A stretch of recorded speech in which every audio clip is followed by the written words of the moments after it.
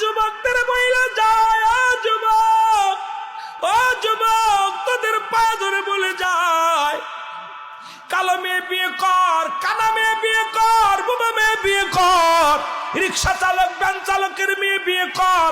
ওই সুন্দরীর পাগল হোস না, গুণের পাগল হ, রূপের পাগল হোস না। ওই রূপ দেখায়া তোর বাবারে খাইছে, ওই রূপ দেখায়া তোর দাদারে খাইছে, ওই রূপ দেখায়া তোর ভাইরে খাইছে। ওই রূপের কারণে আর চুলায় আগুন পারতে যায় না। ওই রূপের গৌরবে তোর বাড়ির কোনো কাজ করবে না। ওই রূপের গৌরবে তোর সংসারে কোনো কাজ করবে না। ওই রূপের গৌরবে দুনিয়ার মধ্যে জিনাবা বিচার করবে। ওই রূপের গৌরবে তোরে খেয়ে ফেলবে। ওই রূপ বন্ধ করে গুণ আলামে বিয়ে কর, দুনিয়াতে শান্তি পাবি। জোরে জোরে চিল্লায় বলেন ঠিক কিনা? আবার অনেক মাস কুয়া শোনে, মারা শোন, ও মা, বিয়ের আগে তোর দাদিরে বল, মারে বল, ওই ছেলেটারে বিয়ে করবো যে ছেলেটা সারাদিন পরে আমার একটু খাবার দিবে, হালাল খাদ্য।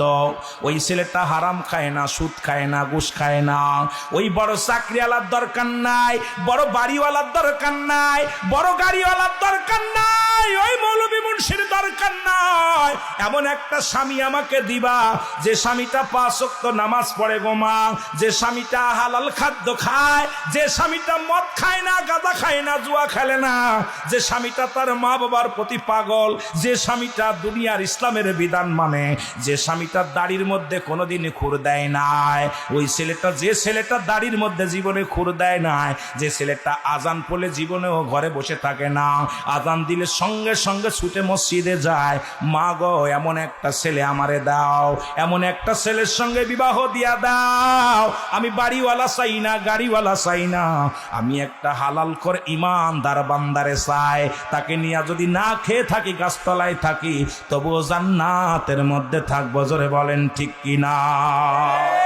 এ মুসলমান শুনে নাও, আমি আপনাদেরকে বইলা যাই, এরা কিয়ামতের ময়দানে অধিকাংশ নামাজি ব্যক্তি, অধিকাংশ ইমাম, অধিকাংশ হাজি গাজী জাহান্নামে যাবে। ছেলে জাহান্নামে যাবে, মেয়ে জাহান্নামে যাবে। মেয়ে ডাকতে বলবে, ফেরেশতা আমাদের একটু চা আছে রে। দুনিয়ার জিন্দেগি আমি ঘুমায়া থাকতাম, বাবা নামাজে যাইতো, আমি বেপরদায় চলতাম, আমার বাবা কোনোদিন আমারে তাগিদ দেয় নাই। আমি জর্জেট কাপড় পরিয়া রাস্তা দিয়ে বিকেল বেলা হলে ঢেউ খাইতাম, আব্বা কোনোদিন রাগ করে নাই, মা কোনোদিন রাগ করে নাই। আমি বেনামাজি হইয়া ঘুরাঘুরি করতাম, আমার বাবা মা কোনোদিন আমারে তাগিদ দেন নাই, রাগ করে নাই। আজকে আমি শেষ বেলা জাহান্নামে যাবেও, আমার বাপ মারে একটু দেখতে চাই, বাপ মারে সামনে আনা হবে।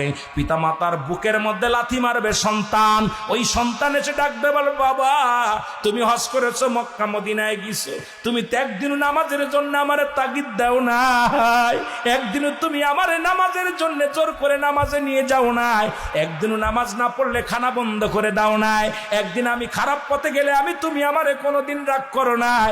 মেয়ে বলবে, বাবা কোনোদিন তুমি, আমি জর্জেট পাতলা কাপড় পরিধান করতাম, একদিনও তুমি আমারে বারণ করো নাই। কত সেরাদের সঙ্গে আড্ডা মারতাম, একদিনও তুমি রাগ করো নাই রে বাবা। আজকে আমি জাহান্নামে যাব, তুমি জান্নাতে যাবি, এটা হবে না। এই সঙ্গে বলিয়া বুকের মধ্যে লাথি মেরে দিবে। আরে আল্লাহ রব্বুল আলামিন ডাক দে, বলে মালিক ফেরেশতা ধরে আসা, ওই জাহান সন্তান যেহেতু বাবার বুকের মধ্যে লাথি মারছে, সন্তান যেহেতু মায়ের বুকের মধ্যে লাথি মারছে, ওই হাজি গাজিরে নিয়ে যা, জাহান্নামে নিয়ে যা। মালিক ফেরেশতার ছেলেরা দইরা, হাতখানা দইরা, পায়ের মধ্যে শিকল লাগাইয়া টানতে টানতে জাহান্নামের দিকে নিয়ে যাবে। আমি আপনাদেরকে বইলা যাই, এই সন্তানাদি পরিবার পরিজন ডাকছে, আল্লাহ আমানত, আমানতের খেয়ানত করার অধিকার আপনার নাই। ওই সন্তান বেনামাজি ত্যায্য করে দেন, ওই সন্তান বেপরদায় চলে ত্যায্য করে দেন, ওই সন্তান হারাম খায় ত্যায্য করে দেন, যে সন্তান সুদ খায় তারে ত্যায্য করে দেন, যে মেয়ে বেপরদায় চলে তারে ত্যায্য করে দেন, যে মেয়েটা আপনার কথা শোনে না তাকে ত্যায্য করে দেন।